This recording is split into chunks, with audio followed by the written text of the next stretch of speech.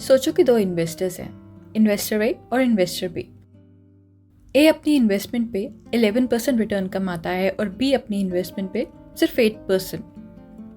पर ए अपना लाइफस्टाइल साथ साथ में अपग्रेड करता रहता है, पर बी लिमिट में खर्चा करता है। तो यहाँ पे पहली नज़र में आपको लगेगा कि ए बेटर इन्वेस्टर है, पर ध्यान से देखें तो बी बेटर इन्वेस्टर है।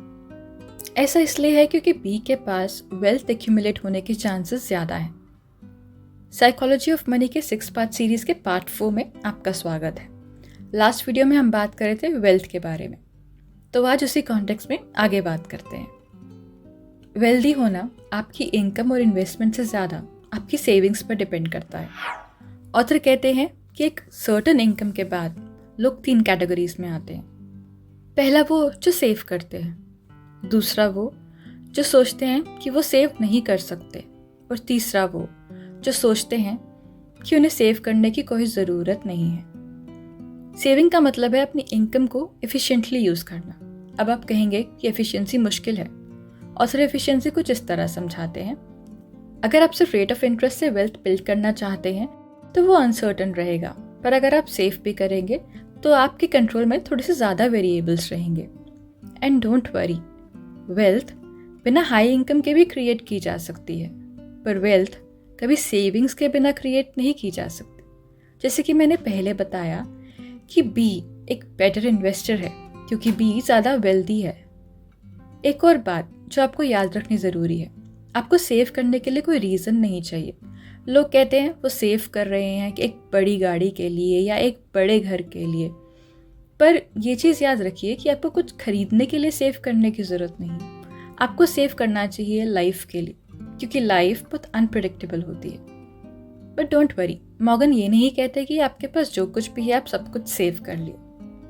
पैसे के मामले में रीजनेबल होना रैशनल होने से बेहतर है, क्योंकि हम कोई एक्सेल शीट या कंप्यूटर प्रोग्राम नहीं है जो हमेशा रैशनल होंगे। हम ह्यूमन बीइंग्स हैं जिनमें इमोशंस होते हैं, जो गलतियाँ करते हैं, जो थोड़ा बहुत इमोशनल होकर भी फाइनेंशियल डिसीजंस लेते हैं। फ़र्ज करो कि एक इन्वेस्टमेंट है जो आपको पक्का पता है 20 साल बाद 10 टाइम रिटर्न देगी ही देगी। ये रिटर्न पक्का है, चाहे मार्केट कंडीशंस जो भी है। पर शर्त सिर्फ ये है कि आप 20 साल तक उस इन्वेस्टमेंट में से कुछ निकाल नहीं सकते।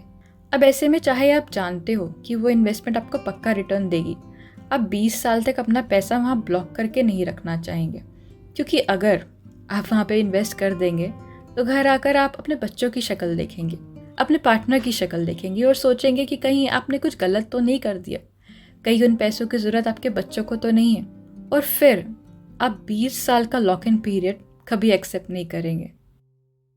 आगे ऑथर कहते हैं कि हिस्ट्री सरप्राइजेस से भरी हुई है। स्टैनफोर्ड के प्रोफेसर स्कॉट सैगन ने कहा था, things that have never happened before happen all the time.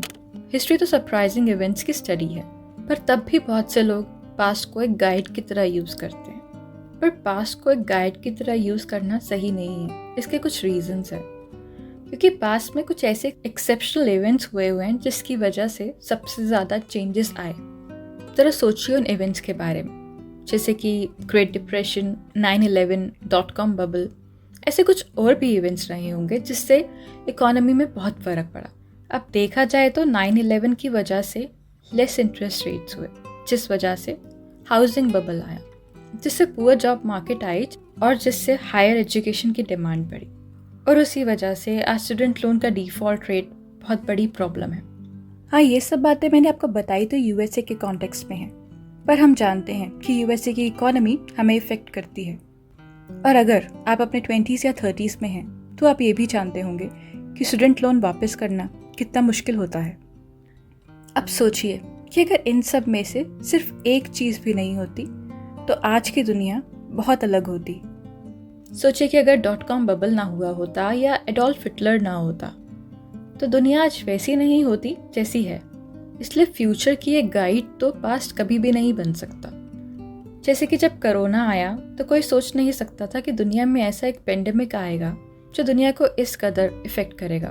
पर आज हम सब जानते हैं कि कोरोना ने हमारी इकोनॉमी को किस तरह से इफ़ेक्ट किया। हिस्ट्री से बस एक चीज़ सीखी जा सकती है, वो है कि जो चीज़ पहले कभी नहीं हुई वो हमेशा होती है। पिछले टाइम पे जैसे इकोनॉमी थी, आज वो वैसे फंक्शन नहीं करती। कुछ वक्त पहले स्टार्टअप्स का ज़माना नहीं था, पर आज जिस स्पीड से स्टार्टअप आ रहे हैं वो पहले कभी नहीं हुआ।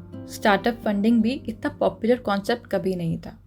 इसलिए नई तरह की इंडस्ट्रीज आ रही हैं जो बिल्कुल नए तरीके से फंक्शन करती है, और इस वजह से इकोनॉमी बिल्कुल अलग ही ट्रैजेक्टरी पे जा रही है।